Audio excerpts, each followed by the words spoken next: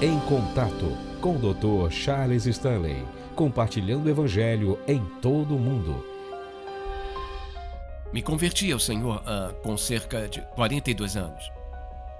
Quando Deus começou a me quebrantar, foi como descascar uma cebola. Tudo que eu considerava importante na minha vida, Deus começou a afastar. Meu desejo e meu Deus era o dinheiro. A Bíblia diz que com benignidade, Ele te atrai para Ele. Não parece amoroso no momento em que está passando por isso, mas quando você olha para trás, é amoroso. Mas conhece aquele propósito de me descascar, até o ponto em que eu pensei que tinha tido um ataque cardíaco. Eu vim da Alemanha e fui direto para o hospital. E quando você está deitado de costas olhando para cima, está olhando para Ele. Mas naquele dia eu disse: eu desisto, eu me rendo, porque Ele chamou minha atenção. Então comecei a clamar por Ele. Me tornei uma nova criatura em Jesus Cristo. O velho se foi, o novo chegou.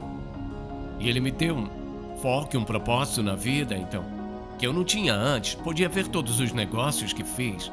Você ficaria feliz por 2 ou 3 dias e teria que mudar para outra coisa. Mas sabe, Deus apenas me apontou a direção que Ele queria que eu fosse. Então, desde então, as coisas nunca mais foram iguais. Nós ministramos em Calhoun, Georgia, pequena cidade dos tapetes. Há 20 anos atrás, Tammy e eu vimos uma necessidade lá. Quero dizer, havia uma pequena cozinha de sopa, mas o atendimento não era muito bom porque você tinha que ir lá para pegar a comida. Estávamos pensando se pudéssemos reunir as igrejas para trabalharmos juntos. Poderíamos estar ali, preparar os alimentos e entregar a eles. Muitas dessas pessoas ficam em casa, são idosas, elas não podem sair muito, são solitárias. O Dr. Charles Stanley tem sido tão importante na minha vida, seus ensinamentos. Um dos princípios de vida é que o quebrantamento é um requisito para que Deus o use grandemente. Sabe, se Ele vai te usar grandemente, Ele vai ter que destruir o velho você para que Ele possa brilhar e ser glorificado em sua vida. Porque ao se tornar esse condutor ou canal do que Deus quer fazer através de você para alcançar outras pessoas, é simplesmente incrível o que Deus pode fazer com você. Você continua caminhando até que Deus o chame para casa. Você não sabe quando vai ser, mas sabe, como o Dr. Stanley, eu quero continuar até eu não poder mais.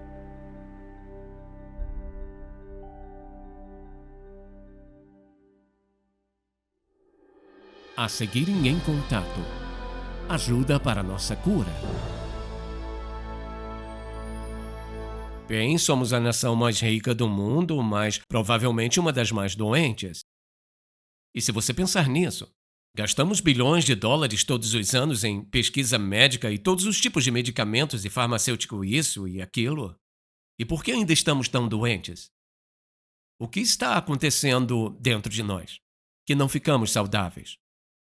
Então, quando eu penso no que a Bíblia diz sobre o corpo humano e seu lugar aos olhos de Deus, e pense no fato de que podemos colocar um homem na lua, no espaço, e, de alguma forma, nem podemos ficar saudáveis.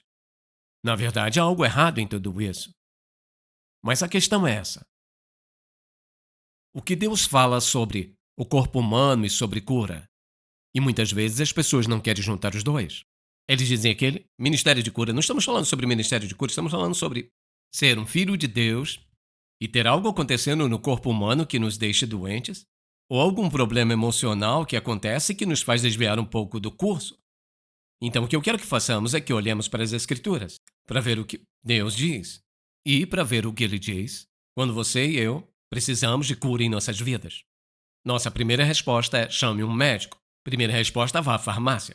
Vamos pegar comprimidos disso ou comprimidos daquilo outro? Então não preciso de mais nada. Você percebe o que isso significa? Minha primeira escolha é o que um homem fez em vez do que Deus fez. Então, quero que sejamos abertos e honestos e olhemos para isso de acordo com o que Deus diz em sua palavra. Eu quero que você abra, por favor, em Tiago. Esse 5º capítulo, último capítulo de Tiago. E ele nos diz como devemos responder quando a doença, quando a enfermidade em nossa vida.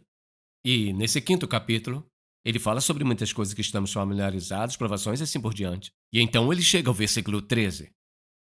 E ele faz essa pergunta: está alguém entre vós sofrendo? Então deve orar. Está alguém alegre? Deve cantar louvores. Está alguém entre vocês doente? Chame os presbíteros da igreja e orem sobre ele, ungindo com óleo em nome do Senhor. E a oração, feita com fé, restaurará o enfermo, e o Senhor o levantará, e se houver cometido pecados, ser-lhe-ão perdoados. Portanto, com base em tudo isso, confessem seus pecados uns aos outros. Orem uns pelos outros, para que sejam curados. A oração eficaz de um homem justo pode realizar muito. Então, o que eu quero que vejamos por alguns momentos aqui é a ajuda para a nossa cura. Quem quer que sejamos pode envolver outras pessoas. Agora pense nisso. Falamos sobre a igreja ser o corpo de Cristo. Falamos sobre a igreja ser uma organização. A igreja também é uma família. E cada uma igreja local é uma família do povo de Deus. E membros da família se relacionam. Membros da família devem cuidar uns dos outros. Membros da família devem se amar. Membros da família devem estar à disposição uns dos outros e aceitar uns aos outros. Há muitas características de uma boa família. E é assim que uma igreja é.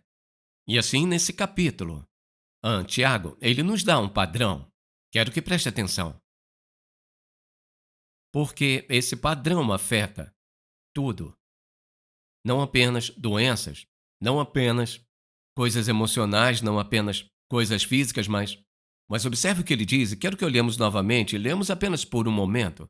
Eu quero que vejamos o que está envolvido aqui. Então ele está fazendo essa pergunta. Está alguém entre vós sofrendo? Então ele deve orar. Está alguém alegre? Ele deve cantar louvores. Está alguém entre vós doente? O que eu quero que saiba em primeiro lugar aqui, ele separa doença de sofrimento. Porque precisamos um dos outros, não apenas quando uma pessoa está fisicamente doente, porque há muitas pessoas emocionalmente perturbadas que estão sofrendo muito mais intensamente do que pessoas que estejam fisicamente doentes. Existe ferida emocional, e dor, e sofrimento, a rejeição, e ódio, e amargura, e ressentimento, e falta de perdão e todo o resto. E as pessoas sofrendo perdas de sua casa, de seus filhos, perda de sua família, todo tipo de coisa acontecendo. Então, quando ele diz, está alguém sofrendo? E se eu fosse perguntar nessa manhã se alguém está sofrendo, levante a mão. A maioria provavelmente ia levantar a mão por algo. Estou dizendo tudo isso para dizer isso. E não estamos limitando. O que ele está dizendo aqui é alguém que tem alguma doença física. Doença física, sim. Doença emocional, sim, de fato. E eu penso muitas vezes que poderia ser muito pior no lado emocional. Então ele faz a pergunta se eles estão. Então a condição que estamos falando aqui é uma condição física ou pode ser uma condição emocional.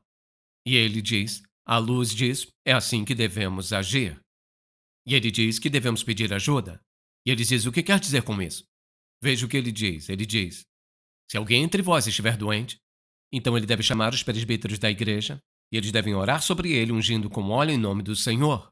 Ele diz, eis o que deve fazer. Ele não deixa para adivinharmos o que fazer. Ele deixa isso bem claro. Então eu quero que vejamos esses 2 versículos aqui, porque ele deixa isso muito claro.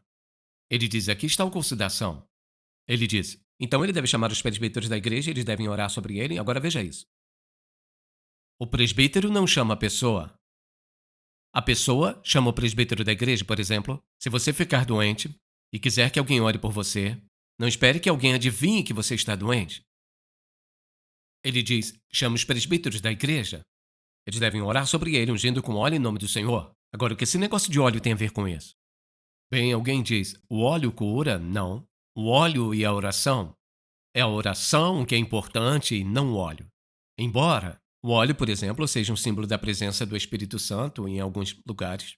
Então, se lembrará também, com o bom samaritano, quando ele encontrou esse homem caído à beira da estrada, ele colocou óleo em suas feridas e vinho, e assim, isso ajudou. Eles não tinham muitas coisas que ajudariam, mas essas 2 ajudaram. Então ele diz, devemos ungí-los com óleo. Não há nada de mágico nisso. É um símbolo. É uma indicação, é um lembrete. Unge-os com óleo, ele diz. E Ele diz: faça isso em nome do Senhor. Ou seja, eu faço isso em obediência à vontade e à palavra de Deus, indicando que estamos confiando no Espírito Santo para trabalhar em seu corpo físico ou em suas emoções, aconteça o que acontecer em sua vida. Então ele diz: e a oração, feita com fé, restaurará aquele que está doente. O Senhor o levantará, e se cometeu pecados, serão perdoados. Agora, a parte mais importante de tudo isso está bem aqui. Porque estamos falando sobre o que faz a diferença. Não é o óleo, é a oração. Agora, eu quero que você pense nisso. Digamos, por exemplo, que você estava doente e queria que alguns presbíteros viessem e orassem em sua casa por você. Que tipo de pessoa você quer? Bem, você gostaria de pessoas que certamente creem que Deus ouve e responde a oração? Então, você provavelmente teria algumas características. Bem, eu quero pessoas que eu conheço, pessoas que eu sei que conheçam a palavra de Deus, que vivam uma vida boa e assim por diante. Bem, ele não deixa isso para nós, ele não deixa isso para adivinharmos. Ouça, ele diz: há 3 coisas que são muito importantes. Esta oração. A oração que é feita para uma pessoa que está doente. Esta oração deve fluir de uma pessoa com 3 características. Em primeiro lugar, ele diz, oferecida com fé. E se você voltar ao primeiro capítulo de Tiago por um momento, e ouça isso, todos nós provavelmente conhecemos essa passagem muito bem, mas eu quero que você dê uma olhada no primeiro capítulo de Tiago. E ele fez a pergunta, e ele fala de sabedoria no 5º versículo, quando ele diz: se algum de vós tem falta de sabedoria, peça a Deus, que a todos dá generosamente, e não o lance em rosto, e ser-lhe-á dada.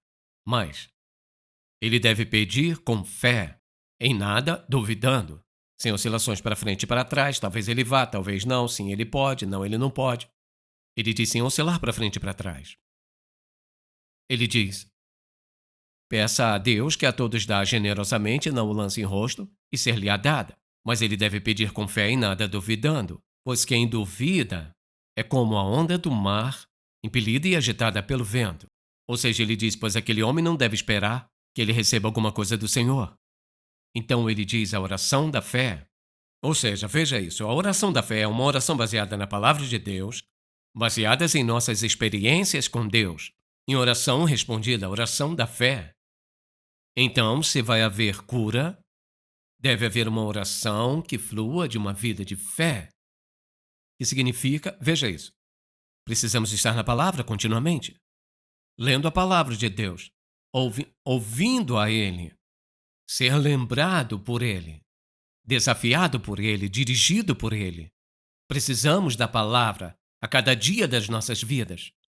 E se você é assim, ouça, a verdade é que sua eficácia como seguidor de Jesus está absolutamente ligada ao seu relacionamento com sua palavra. Então, se eu for fazer uma oração de fé, ela vai ser baseada na palavra de Deus.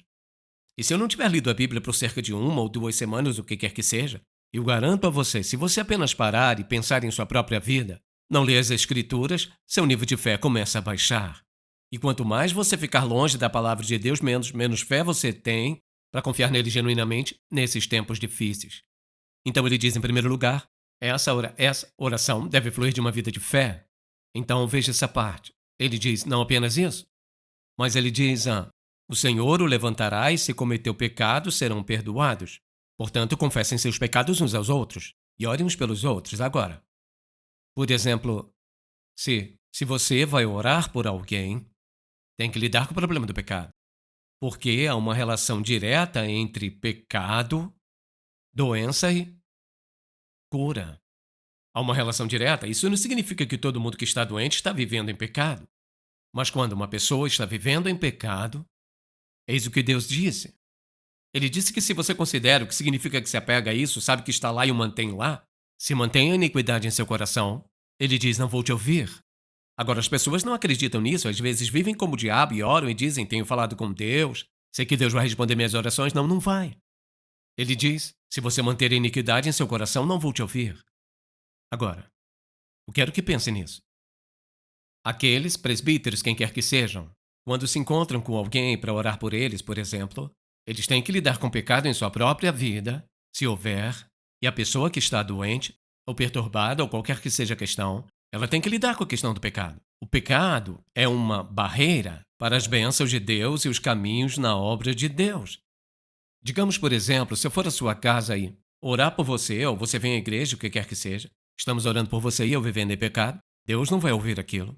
Então, essa oração, para ser eficaz, tem que sair de um coração puro. E de uma mente que flui de um coração. De uma mente de fé que é pura. E a pessoa para quem você está orando tem que lidar com isso.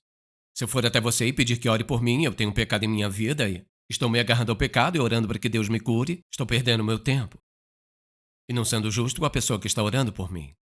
Pecado é um inimigo de Deus, é um inimigo de sua vida, é um inimigo de seus relacionamentos.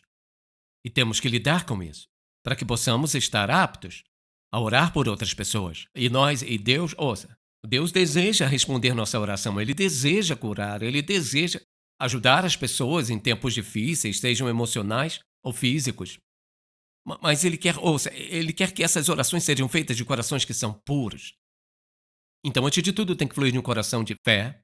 Em segundo, de um coração que é puro. Em terceiro, veja o que ele diz nessa passagem. Portanto, confesse os seus pecados uns aos outros e orem pelos outros para serem curados. A oração eficaz de um homem justo pode realizar muito. Agora, o que é um homem ou uma mulher justos? Uma mulher ou um homem justo é uma pessoa que foi salva, que está comprometida com o Senhor Jesus Cristo, e ouça, cujo estilo de vida é obediência, não perfeito, cujo estilo de vida é obediência, cujo desejo é andar obediente diante de Deus, cujo desejo é andar na vontade de Deus. E ouça, cujo desejo de andar na vontade de Deus é uma parte de seu pensamento de todos os dias, suas atitudes, o espírito dele sobre as coisas. Então, quando ele fala sobre oração eficaz, há orações que não têm efeito, há orações que são apenas palavras, e há orações eficazes. Ele diz as orações de uma pessoa justa. Então ele diz nessa passagem que essa oração deve fluir de uma pessoa que é uma pessoa de fé, com um coração puro e uma vida justa, um testemunho de piedade em sua vida. Agora, eu quero que pense nisso. Estão ouvindo? Digam amém. Porque quando você e eu vivemos nossas vidas crendo em Deus e andando em obediência à sua vontade, veja isso. Significa que cada um de nós é um agente ambulante de cura do Deus vivo. Mas para que isso funcione, há 3 coisas que são necessárias. Tem que confiar nele, fé. O coração tem que ser puro.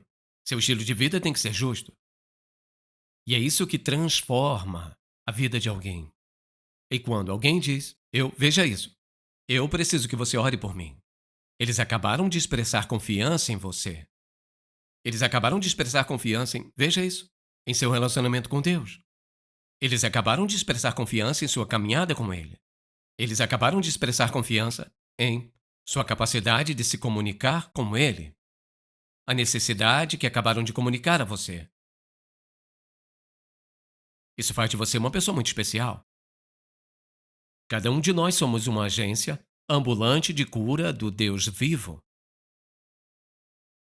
Isso significa que temos uma grande responsabilidade de andarmos corretos diante do Deus Santo. Agora, o que aconteceria nas igrejas se as pessoas vivessem assim? Bem, sabe por que não vivemos? Vou te dar 10 razões. E precisamos nos arrepender. Vamos pensar por quê. Por que é que, quando temos todo esse potencial, não vivemos assim? Bem, eu só quero dar a vocês o suficiente dessas razões, porque eu acho que eu vou colocá-las na tela para que você possa anotá-las. Número 1. Muitas pessoas dizem, bem, isso foi apenas na igreja do primeiro século, isso não funciona hoje, isso é viver no primeiro século. E quando a Bíblia, no final do primeiro século, eles não fizeram mais isso. Segundo, eles não acreditam que funcione hoje, independente do primeiro século. Eles apenas pensam, bem, você sabe, isso costumava funcionar naquela época, não funciona mais hoje. Além disso, temos médicos e assim por diante. A terceira é que muitas pessoas têm vergonha de admitir que elas precisam de outras pessoas. Deixe-me dizer isso. Eu ouvi alguém no telefone ontem chorar e chorar e chorar e chorar. E eu só tinha que ouvir. Apenas ouvir. Era tudo o que ele precisava. Então, é claro, somos orgulhosos demais para solicitar ajuda. Quando você fica muito grande, muito importante, inteligente, muito rico, para pedir ajuda, você está em um grande, sério problema. Então, é claro, uma das razões que nós não oramos pelas pessoas é porque temos medo de falhar, então o que eles pensarão de nós? Bem, pedi para que orassem por mim, não deu certo, e agora? Veja bem, muito orgulho se mistura a tudo isso, então ficamos muito envergonhados para confessar nossos pecados diante de outras pessoas. Não significa que temos que nos levantar e apenas dizer, bem, já fiz isso, aquilo, mas deve haver alguém, alguma pessoa que você possa confiar. Então, é claro, estamos tão consumidos com nossas próprias necessidades que não temos tempo. Estamos ocupados com nossas próprias coisas. Nós não temos tempo para sentir por outras pessoas. Se você não pode sentir por outra pessoa, você não vai orar por ela seriamente. Então, é claro, alguém diz, não sei, mas simplesmente não consigo. E a razão é porque o pecado em sua vida, eles sabem que eles não têm a fé para acreditar que Deus possa curar alguém ou que Ele possa ajudar em alguma coisa. Agora vamos passar de uma doença, por exemplo, digamos que alguém perdeu sua casa e passa por um momento difícil emocionalmente. E exatamente como eles queriam, eles trabalhavam duro para isso, e eles criaram seus filhos lá. E nesse ponto de suas vidas pensaram que estariam seguros. E de repente tudo se foi e eles não têm nada. É um momento difícil e angustiante. E o que precisam é de ser ouvidos, amados, atendidos, assegurados. Não oferecer uma resposta rápida, em outras palavras, eis o que eu faria. Você não sabe o que fazer em certas situações. Então, em vez de dizer eis o que eu faria, a resposta certa é vamos descobrir o que Deus quer que façamos, porque Ele tem a resposta certa. E então, alguém diz eu simplesmente não me sinto digno.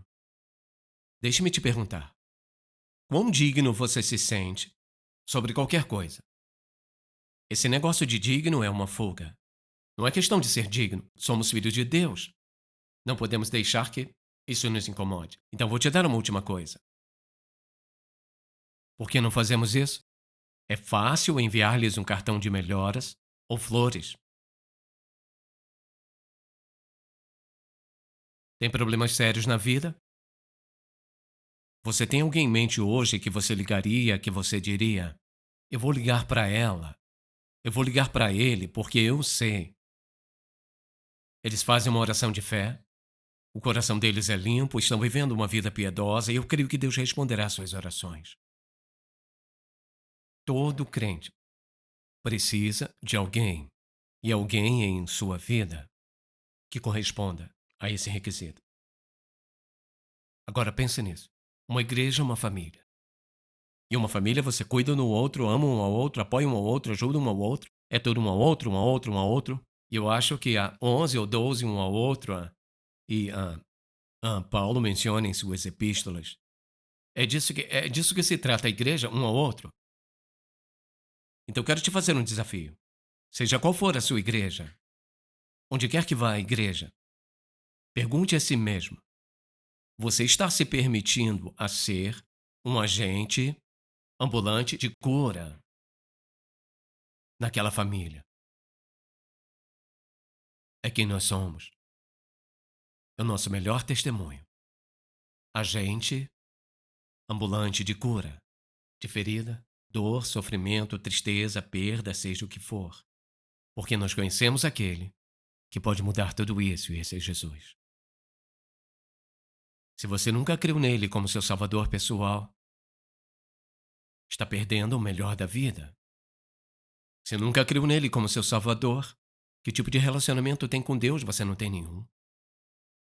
Você tem alguma ideia de como Deus poderia usá-lo se você o deixasse endireitar sua vida?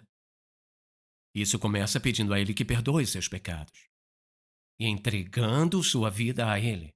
Pertence a Ele, na verdade. Entregue sua vida a Ele, permitindo que Ele dê orientação e direção para sua vida. Sua vida vai mudar. Você será mais feliz. Você terá alegria em sua vida. Quanto mais você se entrega, mais Deus te dá em troca. Por que desperdiçar sua vida em si mesmo, quando Deus pode te transformar e, no processo, Ele pode mudar a vida de outras pessoas? É a minha oração por você. Pai, quão gratos nós somos em sua maravilhosa paciência, bondade amorosa, eterna misericórdia. E oramos hoje para que o Espírito Santo, que Ele lembre a cada um de nós que temos a responsabilidade para ser um daqueles agentes ambulantes, através dos quais você pode totalmente mudar a vida de alguém, alterar todo o seu futuro, melhorar sua saúde, fortalecer o relacionamento contigo. E eu oro que cada um de nós propositalmente se coloque à disposição para que nossas orações sejam como a oração de que Tiago fala: eficaz, fervorosa, forte, sincera, que muda a vida. Em nome de Jesus. Amém. Se você foi abençoado pelo programa de hoje, por favor, visite-nos em intouch.org. Em Contato, levando pessoas do mundo inteiro a um relacionamento crescente com Jesus Cristo e fortalecendo a igreja local. Este programa é patrocinado pelo Ministério Em Contato e sua produção é possível pela graça de Deus, suas orações e ofertas de parceiros fiéis.